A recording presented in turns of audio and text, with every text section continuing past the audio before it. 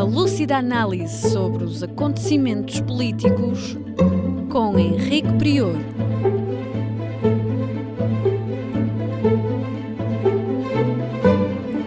Política Impura, na Rádio Transforma. Sejam bem-vindos a mais um Política Impura na Rádio Transforma e na Revista em Comunidade. Peço-lhes para partilharem o programa, colocarem em gosto, ouvirem até ao fim e, finalmente, subscreverem o canal da Rádio Transforma, o que é muito importante para este projeto de liberdade, igualdade e fraternidade sem fins lucrativos. Começaremos por falar de Portugal e do Orçamento Geral do Estado e da conta do Estado de 2023. No que toca ao Orçamento Geral do Estado para 2024, ele foi extremamente criticado, mas era importante analisar-se também o superávit da Conta Geral do Estado relativamente a 2023. Nós teremos, em 2023, um superávit nas contas públicas de cerca de 2 mil milhões de euros. Aparentemente é uma boa coisa, mas não. É algo de errado e duplamente errado. Primeiro, é errado porque transfere para as gerações futuras aquilo que devia ser pago pelas gerações atuais relativamente a investimentos que foram feitos atualmente e de que as gerações futuras vão beneficiar e, portanto, também elas devem pagar. Segundo, constitui também um erro de governação na medida em que adia investimentos que deviam ser feitos atualmente para o futuro, em que custarão muito mais. Finalmente, esse superávit poderia ser gasto a pagar mais aos professores, recuperando o tempo congelado das suas carreiras, de cerca de 6 anos, e também aos médicos. Repare-se que a recuperação das carreiras dos professores poder-se-ia fazer em meia dúzia de anos, e isso não pesaria tanto no Orçamento Geral do Estado. Os professores têm de ser distinguidos, não é obrigatório que a recuperação tenha de ser estendida a todas as carreiras da função pública e, finalmente, o pagamento de mais vencimentos aos médicos que optem pela exclusividade no Serviço Nacional de Saúde é um ato de justiça e um ato de defesa do Serviço Nacional de Saúde que, neste momento, está a ser gravemente posto em causa pela atual governação. Falamos agora do conflito israelo-palestiniano e da Ucrânia, como era inevitável. Ora bem, o conflito israelo-palestiniano tem uma longa história, podíamos dizer de 4.000 anos, podemos dizer que, sobretudo depois da Primeira Guerra Mundial, passou a estar sobre a ordem do dia a criação de um Estado judeu. Não se sabe onde. Isto na sequência do financiamento que os banqueiros judeus, os Rothschild e os Montefiore, fizeram ao esforço de guerra da Inglaterra na Primeira Guerra Mundial. O ministro dos Negócios Estrangeiros, Lord Balfour, fez a famosa declaração Balfour que permitia apoiar os judeus na criação de um Estado judaico. Posteriormente à Segunda Guerra Mundial, quer os americanos, quer ingleses, quer os russos da União Soviética, no tempo de Stalin, quiseram criar um Estado de Israel. É curioso que o Estado de Israel quis fazer-se em primeiro lugar. Olhem, pensou-se no Brasil, pensou-se em Angola, claro, e pensou-se na Alemanha. Não foi aí que fizeram, foi na chamada Terra Prometida, que é um lugar onde existe tudo menos leite e mel. Quem for a Israel vê que aquilo é uma terra de pedras, seca, sem qualquer interesse. que os judeus, com a sua tecnologia, com o apoio do seu capital bancário, com o apoio dos Estados Unidos, estão a transformar com muito esforço. Mas foi uma forma de, sem grandes problemas e atendendo à fragilidade do povo palestiniano durante o mandato que a Inglaterra exercia na Palestina, pois quer os Estados Unidos, quer a Inglaterra, quer a União Soviética de Stalin, quiseram mandar para Israel os pobres dos respectivos países. Ora, isso levou à criação do Estado de Israel em 1948, foi fundado em 1948, mas em 1947, com o apoio dos Estados Unidos, da Inglaterra, nomeadamente, acabou por ocupar a maior parte do território da Palestina, cerca de 54%, enquanto que aos palestinianos estavam dedicados apenas 47%. A ONU reconheceu o Estado de Israel com esta configuração entre israelitas e palestinianos. Os palestinianos nunca reconheceram o Estado de Israel e daí as guerras, os conflitos sucessivos entre os dois povos.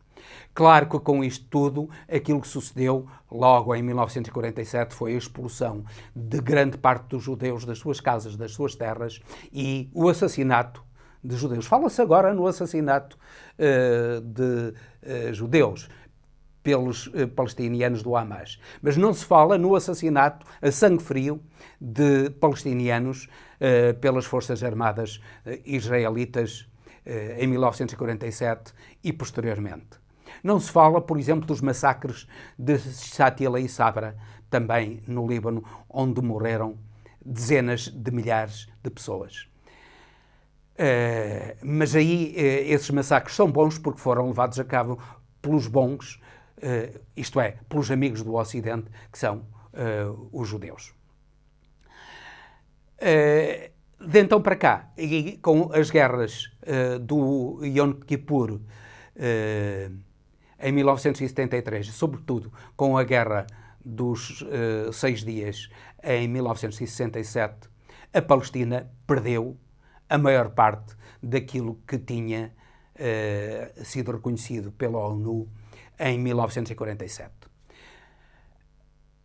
Neste momento, a Palestina é apenas um resquício daquilo que era, como podemos ver nos mapas que vos apresento aqui.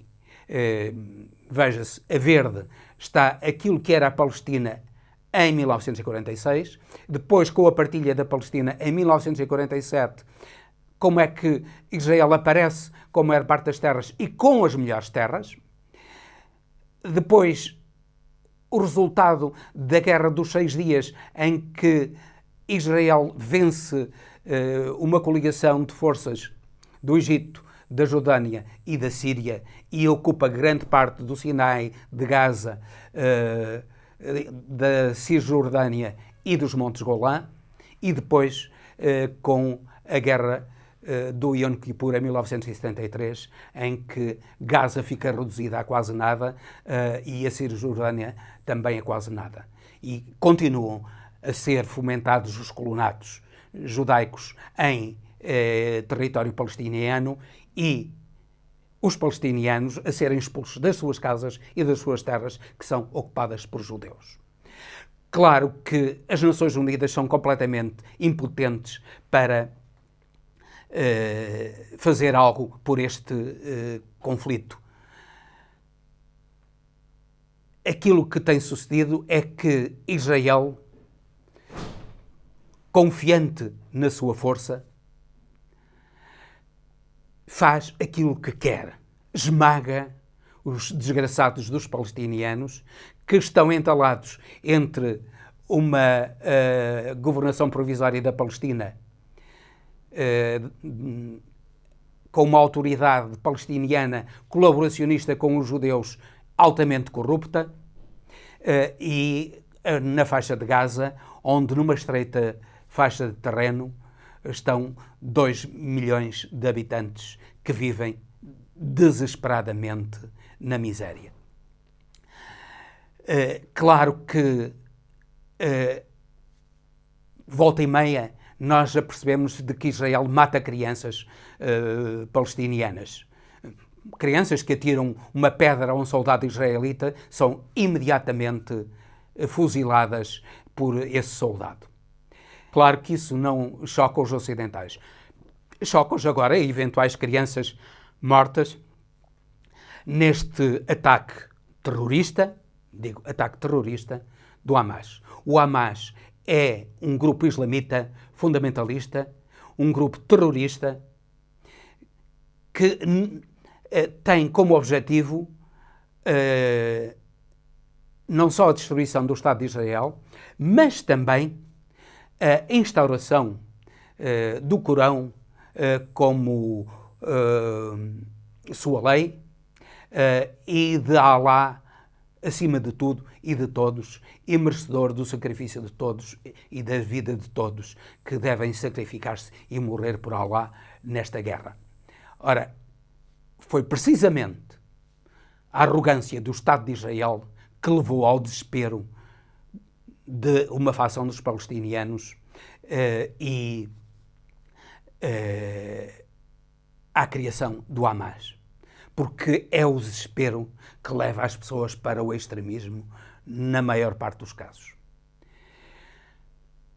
Israel está apostado em destruir o Hamas. Não vai destruir o Hamas, pode diminuir-lhe muito o poder. O Hamas está disperso por muitas regiões do Médio Oriente e mesmo que destrua o Hamas, por hipótese, há outras organizações que estão a nascer, nomeadamente organizações extremamente radicais de jovens palestinianos que estão dispostos a lutar também até à morte contra a opressão israelita. A opressão israelita é que criou esta tragédia. Nada justifica o fuzilamento de civis, mas nada justifica a opressão e os crimes de Israel ao longo destes anos.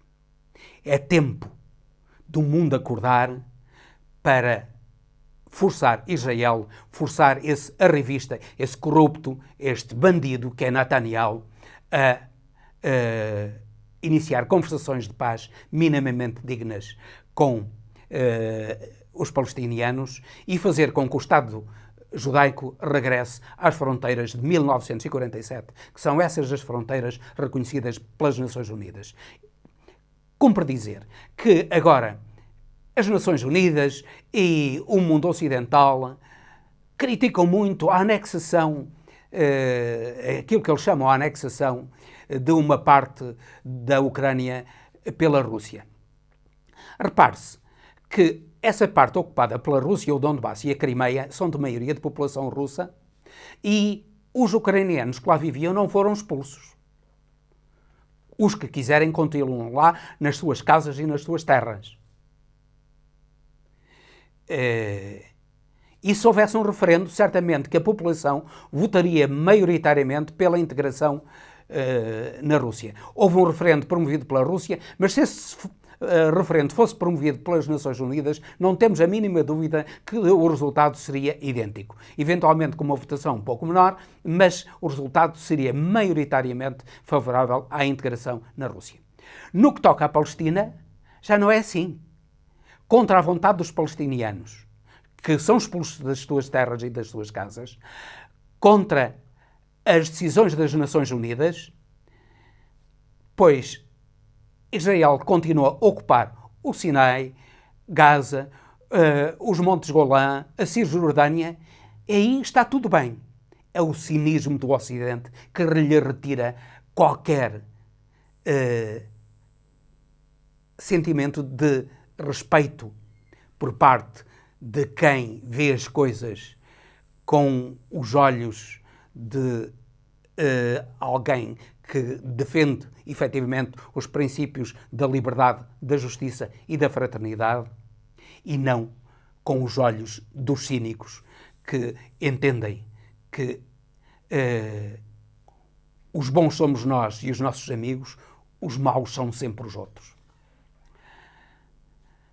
E com isto termino, despedindo-me com amizade até ao próximo Política Impura, repetindo o meu pedido para que partilhem, coloquem gosto, subscrevam, sobretudo subscrevam o canal da Rádio Transforma, o que é muito importante para este projeto de liberdade, igualdade e fraternidade sem fins lucrativos. Temos já mais de 3.000 subscritores. Precisamos rapidamente de chegar aos 5.000.